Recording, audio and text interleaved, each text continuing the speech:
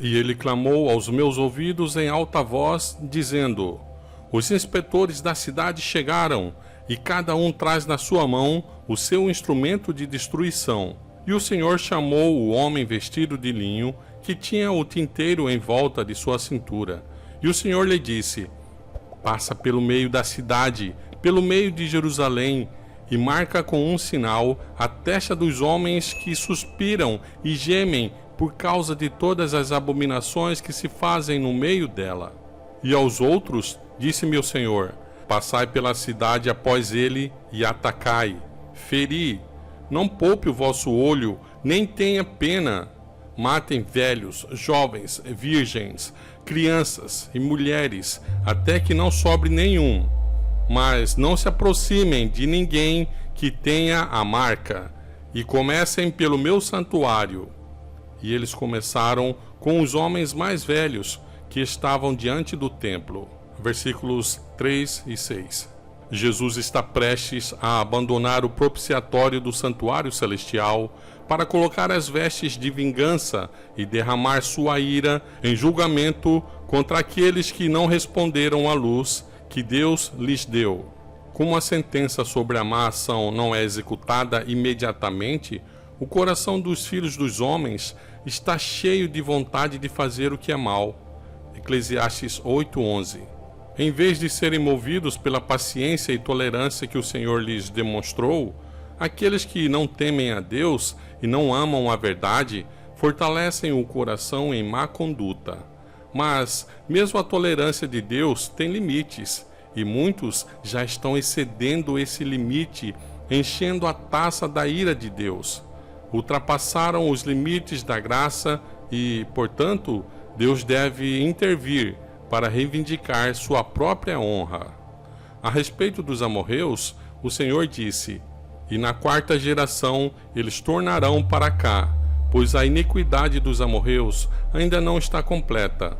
Até aqui, Gênesis 15:16, embora essa nação fosse conhecida por sua idolatria e corrupção, ela ainda não havia enchido o cálice de sua iniquidade, e Deus, ele não queria dar ordem para destruí-la completamente, que as pessoas vissem o seu poder divino manifestado de uma forma tão extraordinária que não teriam desculpas. O Criador compassivo estava disposto a suportar a iniquidade deles até a quarta geração. Então, se eles não melhorassem, o julgamento recairia sobre eles.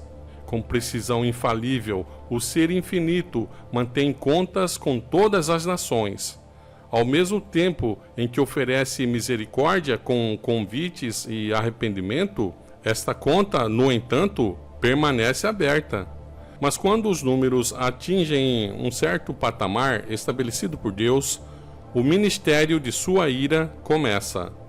A conta se fecha, a paciência divina acaba, e então a misericórdia não intercede mais em seu favor. Ao profeta, ao olhar através dos tempos, foi apresentado esse tempo em uma visão. As nações do mundo estão recebendo misericórdia sem precedentes. Elas recebem as mais seletas bênçãos do céu. Mas o orgulho, a ganância e a idolatria se intensificam. O desprezo por Deus e a vil ingratidão são coisas registradas contra elas. Elas estão fechando rapidamente sua conta com Deus. Mas o que é mais inconcebível é o fato de que eles que tiveram a maior luz e os maiores privilégios foram contaminados pela iniquidade prevalecente sob a influência das pessoas injustas ao seu redor. Muitos, mesmo entre aqueles que professam a verdade, esfriaram e estão sendo arrastados pela forte corrente do mal. O desprezo universal com que a verdadeira piedade e santidade são tidas leva aqueles que não se associam intimamente a Deus a perder a reverência por sua lei. Se eles estivessem seguindo a luz e ao obedecerem à verdade de todo o coração, esta lei sagrada lhes pareceria ainda mais preciosa quando é tão desprezada e descartada. À medida que o desrespeito à lei de Deus se torna mais manifesto, a linha de demarcação entre seus observadores e o mundo se torna cada vez mais distinta. O amor pelos preceitos divinos aumenta em uma classe de pessoa na medida em que o desprezo por eles aumenta em outra classe. A crise está se aproximando rapidamente. Os números crescentes demonstram que o tempo da visitação de Deus está prestes a chegar. Embora ele odeie punir, ele não gosta de punir, mas ele punirá mesmo assim, e o fará prontamente. Aqueles que andam na luz verão sinais de perigo iminente, mas não devem ficar sentados esperando pela ruína, confortando-se com a crença de que Deus protegerá seu povo no dia da visitação. Longe disso, eles devem entender que é seu dever trabalhar diligentemente para salvar os outros, esperando em Deus com fé vigorosa por ajuda. A oração de um justo, se eficaz, pode muito em seus efeitos. Tiago 5,16. O fermento da piedade não perdeu todo o seu poder. No momento em que o perigo e a depressão da igreja são maiores, o pequeno grupo que está aquele que se mantém na luz suspirará e clamará por causa das abominações que se cometem na terra. E suas orações ascenderão mais especialmente em favor da igreja, porque seus membros estão agindo à maneira do mundo. Elas não serão em vão, as orações destes poucos fiéis. Quando o Senhor sair como um vingador para destruir a terra, ele também virá como protetor de todos aqueles que mantiveram sua fé em sua pureza e permaneceram imaculados no mundo. Será então o tempo em que Deus prometeu vingar seus escolhidos que clamam dia e noite. E embora ele seja longânimo para com o mundo, a ordem é passar pelo meio da cidade, através de Jerusalém, e marcar com um sinal a testa dos homens que suspiram e gemem por causa de todas as abominações que se cometem no meio dela. Ezequiel 9, 4. Essas pessoas que suspiram e choram têm oferecido palavras de vida, repreendendo, aconselhando e implorando. Alguns dos que estavam desonrando a Deus se arrependeram e humilharam o coração diante de Deus, e a glória do Senhor se retirou de Israel. Embora muitos perseverassem nas formas de religião, o poder e a presença de Deus estavam ausentes. O Espírito de Deus já tinha se retirado da nação impenitente. E agora, no final, no momento em que sua ira vai se manifestar em castigos, flagelos e pragas, esses humildes e consagrados discípulos de Cristo serão distinguidos do resto do mundo pela angústia de sua alma, expressa em lamentações e choro, reprovações e admoestações, enquanto outros procuram lançar uma mortalha sobre o mal existente, fazer vista grossa e desculpar a grande maldade que prevalece em todos os lugares. Aqueles que têm zelo pela honra de Jeová e amor pelas almas não ficarão em silêncio para obter favor e aprovação humana. Essas almas justas são afligidas dia após dia pelas ações e conversas profanas dos perversos. Eles são impotentes para deter a torrente de iniquidade. Por isso, eles ficam cheios de tristeza e alarme. Eles choram, clamam diante de Deus quando veem a religião desprezada, mesmo nas casas daqueles que tiveram grande luz. Eles lamentam e sofrem com dor no âmago, porque na igreja há orgulho, ganância, egoísmo e engano de quase todo tipo.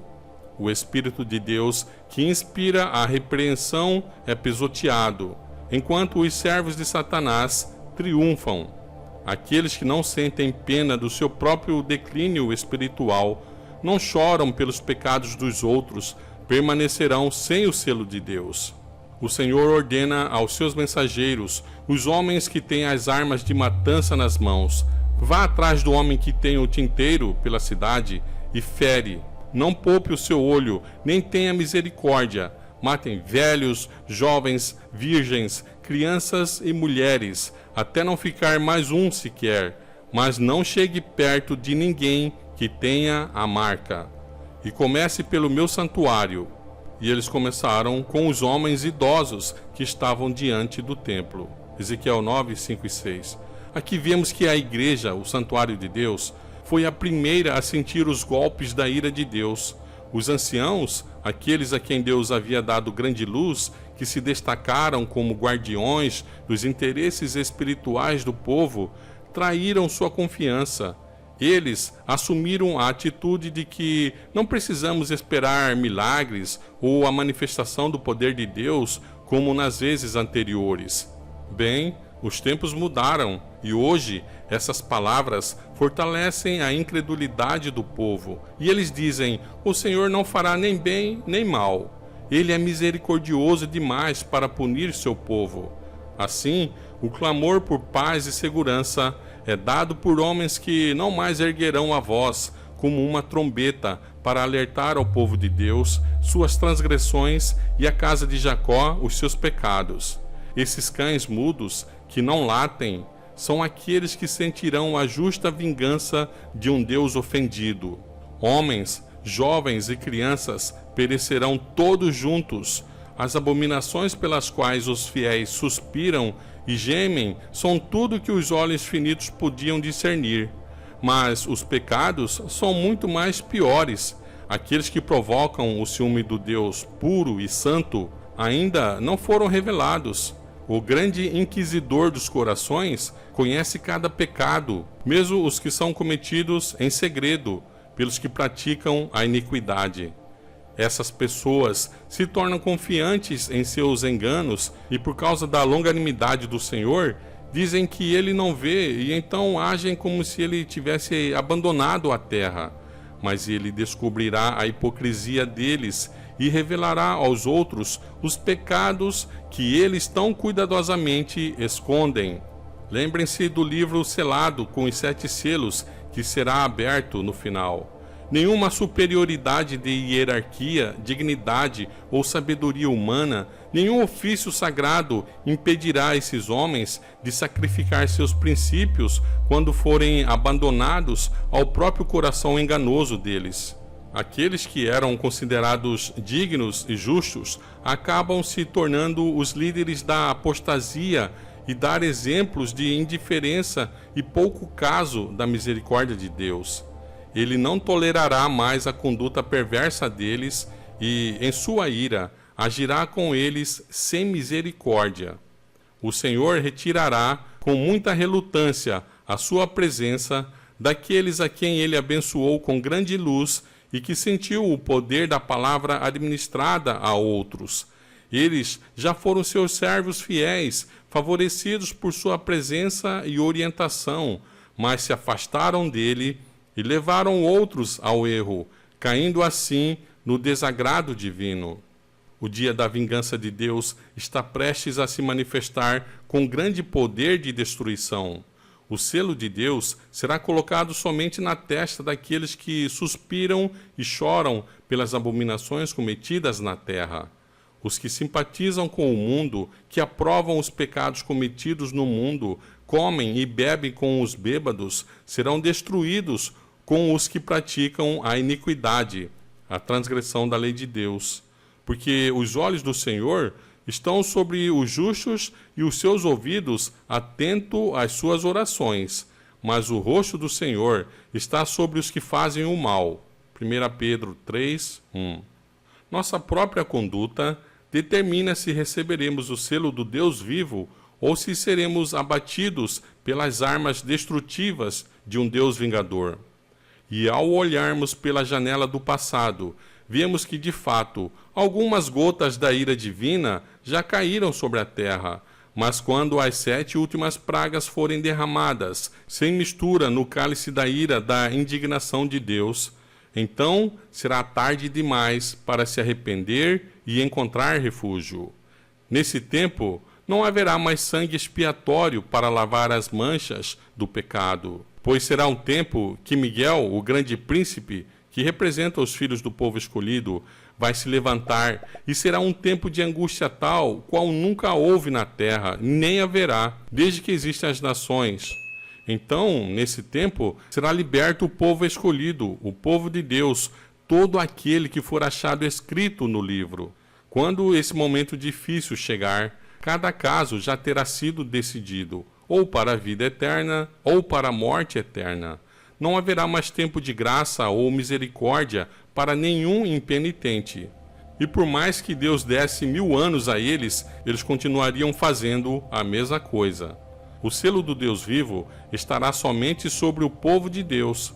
Este pequeno remanescente, incapaz de se defender no conflito mortal contra os poderes da terra, comandados pelas hostes do dragão, faz de Deus sua única defesa.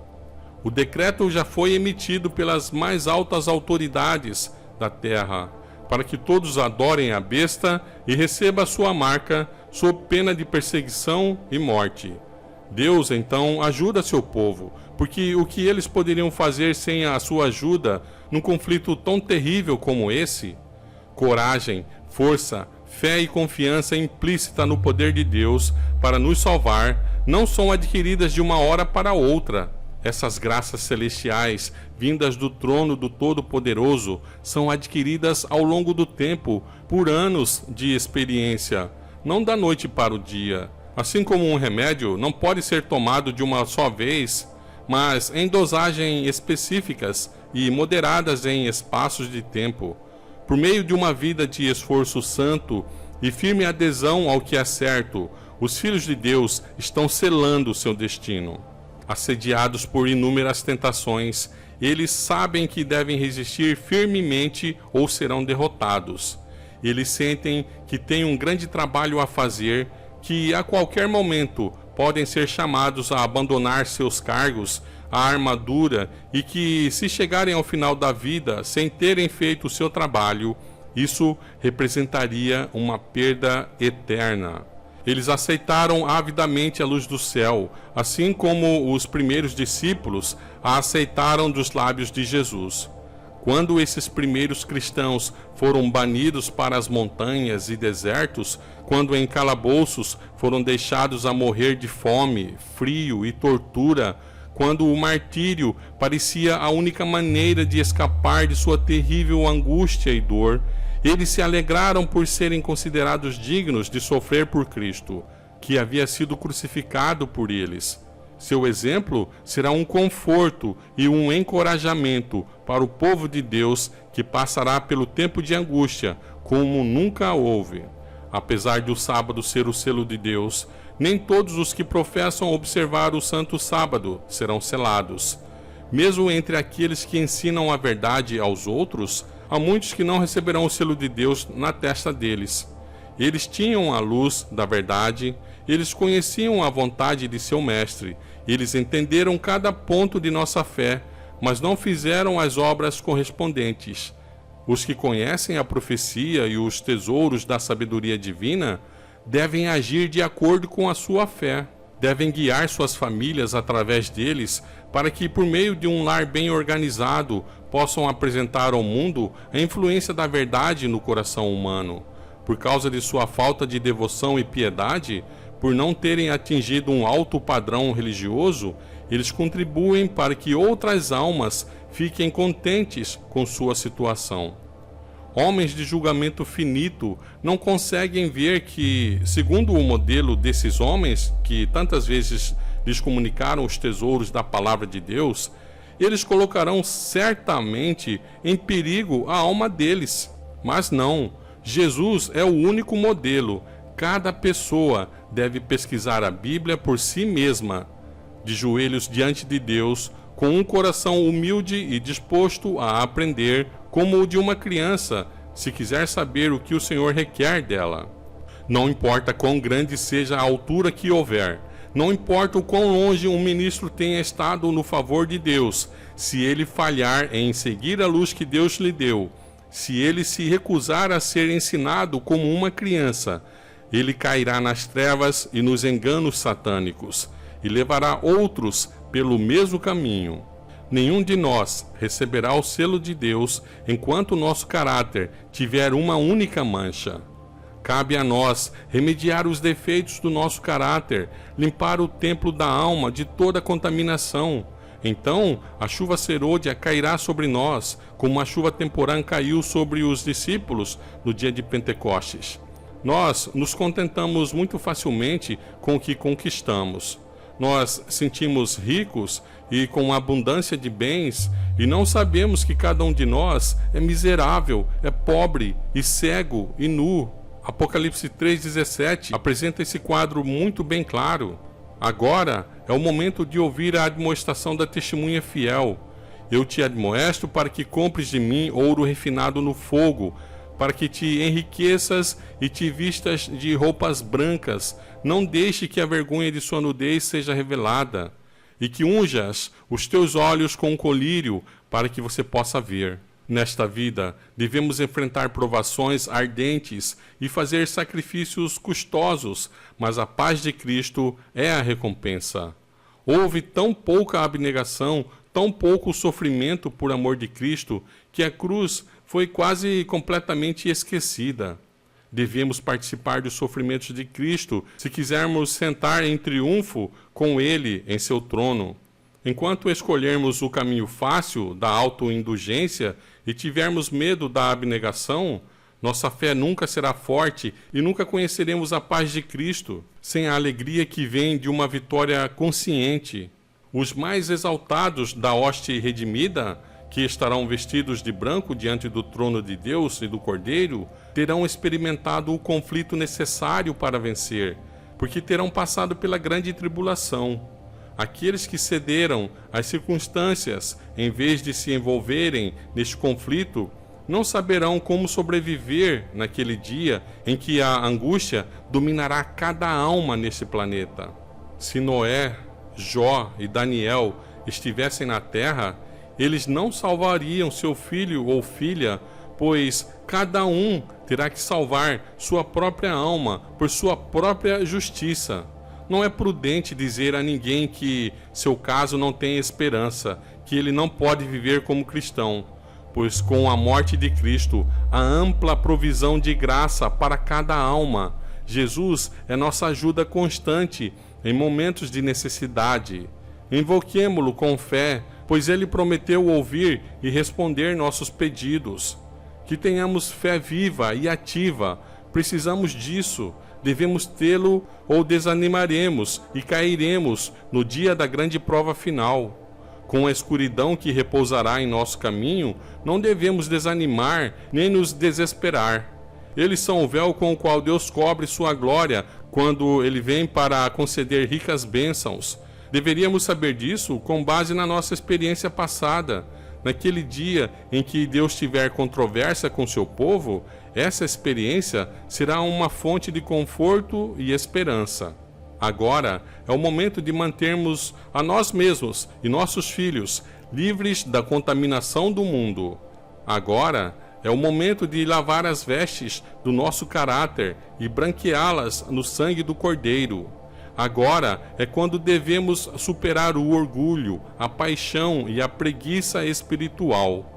Agora é quando devemos acordar e fazer um esforço determinado para alcançar simetria de caráter. Se ouvirdes a sua voz hoje, não endureçais os vossos corações. Hebreus 3, 7. Estamos em uma situação muito dolorosa, esperando e observando a aparição do nosso Senhor. O mundo está em trevas, mas vocês, irmãos, diz Paulo, vocês já não estão em trevas, para que aquele dia os surpreenda como ladrão. 1 Tessalonicenses 5, 4. O propósito de Deus é sempre trazer luz para a escuridão, alegria na tristeza e descanso para o cansado, paz e satisfação para a alma que espera com saudade.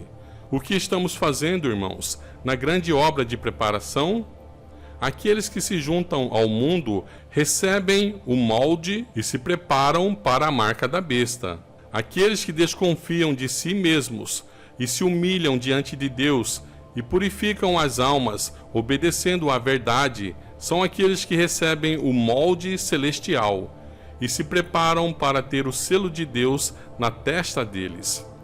Quando o decreto for promulgado e o selo for posto, seu caráter permanecerá puro e imaculado por toda a eternidade. Agora é hora de preparar-nos. O selo de Deus nunca será colocado na testa de um homem ou mulher impuro. Ele nunca será colocado na testa de seres humanos ambiciosos, mentirosos, idólatras, adúlteros, invejosos e amantes do mundo. Nunca será colocado na testa dos homens e mulheres de coração falso e enganoso. Todos os que recebem o selo devem ser irrepreensíveis diante de Deus e candidatos ao céu. Sigamos em frente, irmãos e irmãs. Examinemos as Escrituras por nós mesmos para entendermos a terrível solenidade da hora presente. A vida, a liberdade, a existência não deve ser comprada ao preço de uma mentira por uma palavra que seja ou um aceno de cabeça. Os mártires poderiam ter negado a verdade e ter salvo a vida deles. Concordando em lançar um simples grão de incenso no altar do ídolo, eles poderiam ter se livrado da espada, da forca e da cruz, mas se recusaram a ser falsos em palavras e ações, mesmo que a vida fosse o presente que teriam conquistado. Eles escolheram a prisão, a tortura e a morte com a consciência tranquila, em vez de ter a liberdade e a vida sob condição de enganar, mentir e apostatar. Por sua fidelidade e fé em Cristo, eles receberam vestes imaculadas e coroas de joias. E a vida deles foi enobrecida e elevada aos olhos de Deus, porque eles permaneceram firmes na verdade, mesmo nas circunstâncias mais difíceis. Eis que venho como ladrão. Abençoado é aquele que vigia e guarda as suas vestes, para que não ande nu e vejam sua nudez. Apocalipse 16, 15. O Senhor te abençoe e te guarde. O Senhor faça resplandecer o seu rosto sobre ti e tenha misericórdia de ti. O Senhor levante o seu rosto sobre ti e te dê a paz.